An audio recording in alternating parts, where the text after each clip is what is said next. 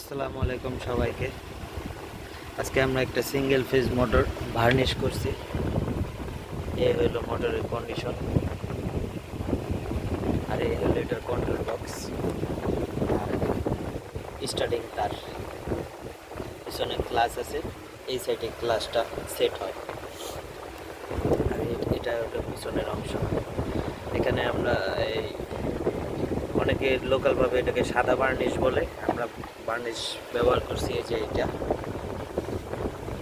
এই কোম্পানির যে ব্যবহার করতে হবে তা কোনো কথা না, আপনাদের চয়েস মতো রুচি মতো আপনারা ব্যবহার করতে পারেন। আর নিচে কিছু পরিমাণে বার্নিশ পড়ছে।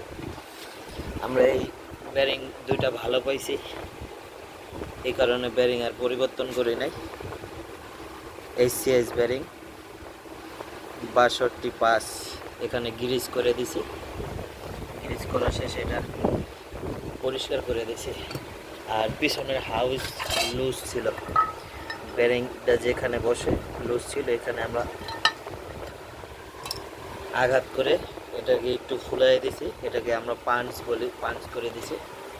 আর এই হলো এটা ক্লাস, এই ক্লাসটা এই সাইডে সেট হয়।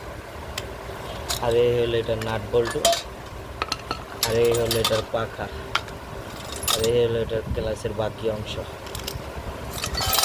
আর এই হলো এটা ফ্যান কভার, যেহেতু এটা সিঙ্গেল ফেজ মোটর।